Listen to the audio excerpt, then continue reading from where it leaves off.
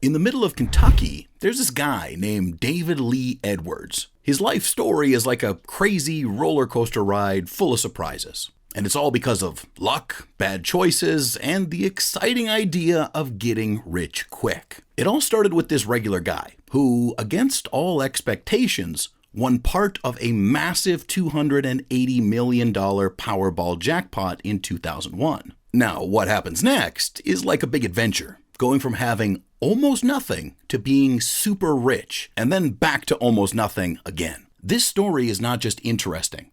It's also a warning about how fast things can change when it comes to being lucky. David Lee Edwards was not born with a silver spoon in his mouth. In 1955, in Ashland, Kentucky, he entered a world of financial struggle and personal tragedy. His early years were marked by heart-wrenching losses, a 3-year-old sister who passed away during open heart surgery, and an eldest brother who met a tragic end after driving into shallow waters at Greenbow Lake. His mother, grappling with grief, kept reminders of the lost loved ones by preserving their baby clothes in Edwards' closet. As a teenager, Edwards sought solace in vices, turning to marijuana and alcohol to escape the hardships that seemed to hound him. By 16, he had already committed a robbery, marking the beginning of a tumultuous relationship with the law. Shootouts with the state police and a stint in a reformatory school, attended by none other than Charles Manson, followed. But nothing seemed to deter Edwards from his rebellious path.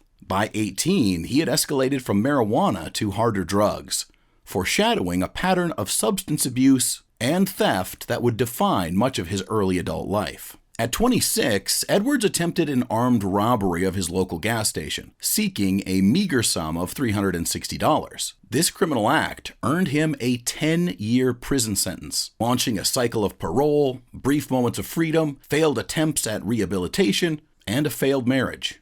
Edwards' life seemed destined for a never-ending loop of incarceration. However, behind bars, a transformative process began. Edwards decided it was time to break free from the chains of his destructive past. He embraced sobriety, pursued education while in prison, and upon his release in 1997, ventured into the building trade. The specter of addiction, though, continued to haunt him, making stable employment elusive. At one point, he even found himself homeless and without a car. Then came the pivotal year of 2001. A year that would alter Edwards' life in ways he could have never imagined. Struggling to pay his water bill, he borrowed money from a friend, and with the leftover change, purchased not just a pizza, but also 2 lottery tickets. Little did he know that one of those tickets held the key to a destiny he could only dream of. That fateful night, as the Powerball numbers were drawn, Edwards and his fiancée, Shauna Maddox, watched in disbelief as their lives changed overnight. His share of the $280 million jackpot amounted to a staggering $27 million after taxes, a windfall that catapulted him from the shadows of poverty to the dazzling lights of extreme luxury.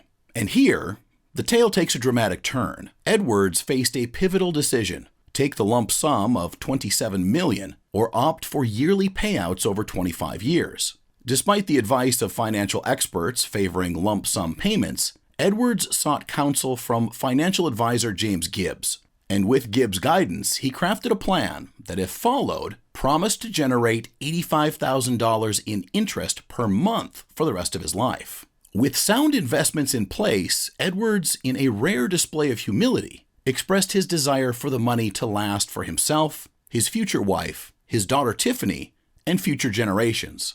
However, the lure of instant wealth proved too tempting for Edwards to resist, leading him down a path of extravagance that would soon unravel the threads of his newfound fortune.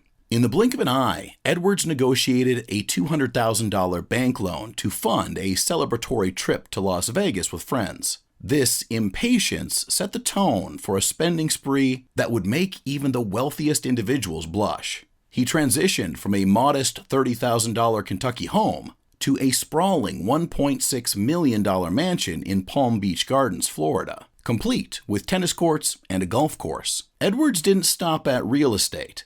He splurged on a fleet of extravagant vehicles, including a Lamborghini Diablo, a Bentley Rolls-Royce convertible, and a Dodge Viper. His neighbors in the gated community weren't too thrilled, as his collection of luxury cars began to resemble a high-end dealership rather than a residential street. His shopping list expanded to include a $600,000 Palm Springs property, an $80,000 gold watch, a $160,000 ring, and a $30,000 plasma TV.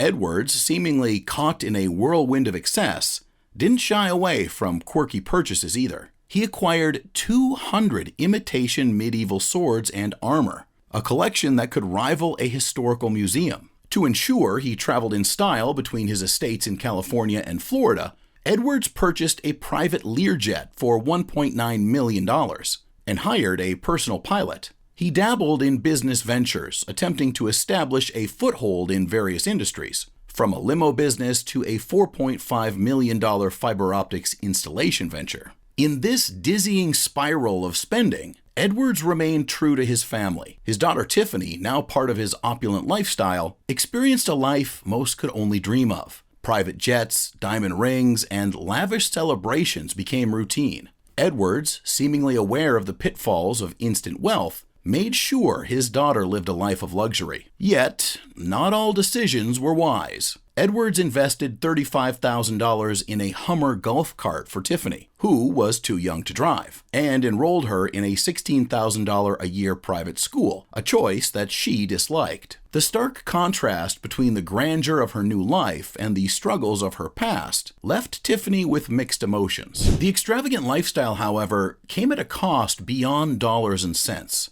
Edwards and Shauna struggled with addiction, and the millions only fueled their downward spiral. Their choices, prescription pills, hard drugs, and a hedonistic lifestyle, reflected a tragic disconnect from reality. Edwards, ever generous, paid $80,000 for Shauna's stay at Passages Malibu, a high-end rehab clinic.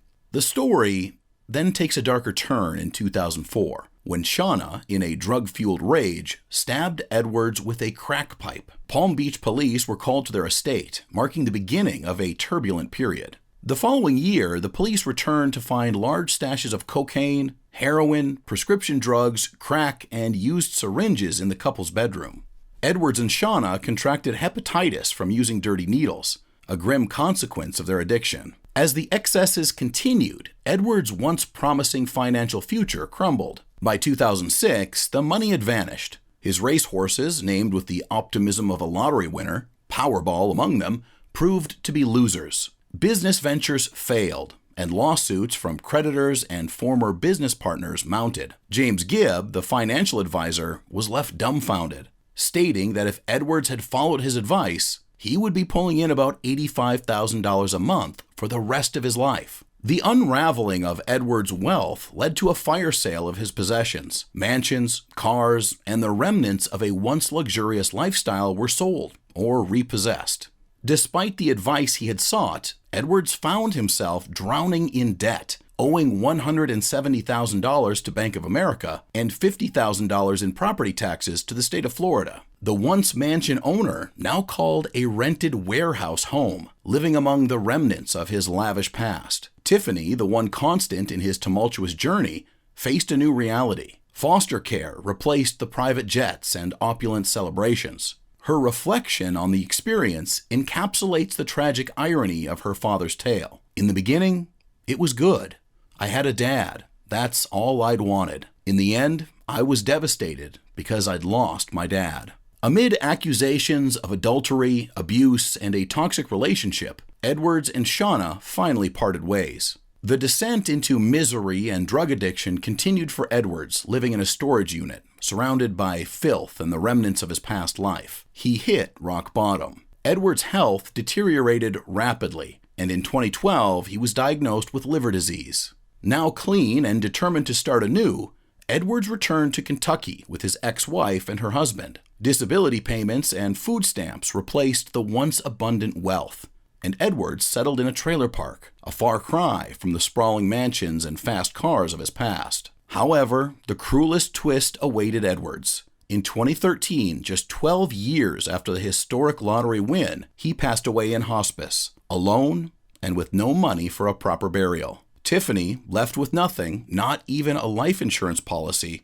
contemplated a haunting question. Would he still be alive if he hadn't won? David Lee Edwards' life journey is a captivating and cautionary tale, a modern-day parable that transcends the allure of instant wealth. His story underscores the fragility of fortune and the profound impact it can have on one's life when not wielded with caution and wisdom. From the highs of a Powerball jackpot to the depths of addiction, legal battles, and financial ruin, Edwards' life serves as a stark reminder that the pursuit of dreams, when met with recklessness, can lead to a nightmare.